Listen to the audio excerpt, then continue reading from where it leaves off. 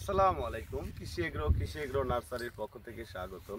আমার ঠিকানা হচ্ছে নাটোর জেলা বড়াইগ্রাম থানা গিরামতালসু কুন্ডুপাড়া। এই জমিতে রোপণ করা হয়েছে বারিটো জাতের লম্বা পটলের জাত। দেখেন বারিটো জাতের লম্বা পটলের জাত কি পরিমাণ ধরে। এই দেখেন প্রত্যেকটি পরতে পরতে ধরে আছে, খালি পটল আর পটল। দেখেন এই সময় পটলটা টেকারই কথা না, দেখেন পর্যাপ্ত পরিমাণ আগাম পটল ধরে আছে।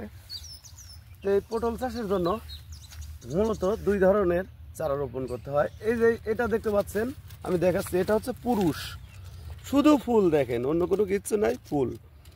আর এই জালিটা হচ্ছে মেয়ে, পটল নিয়ে ফুল ফুটিছে। এই যে জালিটা, এটা পটল নিয়ে ফুল ফুটিছে।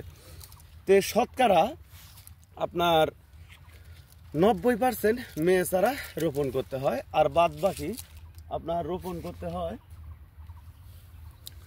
বাদ বাকি 10% পুরুষ চারা রোপণ করতে হয়। এই যে আমাদের জাতটা দেখেন অনেক সুন্দর দেখতে। আর এই পটলটা বাজারে হাইব্রিড পটল চলে সর্বোচ্চ ভালো। এই দেখেন এখানে যে দুইটা পটল ধরে আছে স্টিল, মনে হচ্ছে যে এটা শশা, কিন্তু এটা শশা না, এটা পটল। দেখেন প্রত্যেকটি পটলই দেখেন নিচ বিলি ধরে আছে, উপর বিলি ধরে আছে। এই পটলটা রোপণ করতে হয় লাইনের 2 হাত পর পর, আর এক লাইন থেকে আরেক লাইন 5.5 হাত। এই যে আমাদের জাতটা দেখেন কি সুন্দর ধরে আছে, সতেজ। এই দেখেন জাতটা অন্যান্য জাতে যেমন পরাগায়ন করতে হয়, আমাদের নাটোরের যে পটলটা, এটাতে কোনো ধরনের পরাগায়ন করতে হয় না।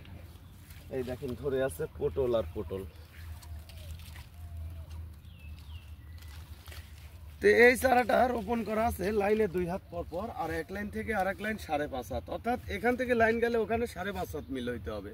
আর এই মাচাটা 4 হাত, এই যে মাচার যে বর্গ মিটার, এটা 4 হাত, অর্থাৎ 6 ফুট করে মাচা করা। আমরা এই জাতের চারাগুলি আমরা মূলত এই যে লতাগুলি দেখতে পাচ্ছেন, এই যে লতা, এই পুরাতন লতা থেকে আমরা চারা তৈরি করি। এই চারাগুলি 10 টাকা পিস হিসেবে বাংলাদেশের প্রতিটি জেলায় আমরা পাঠাচ্ছি। আপনারা পটলের চারা সংরক্ষণ করতে চাইলে স্ক্রিনে দেওয়া নম্বরে যোগাযোগ করবেন।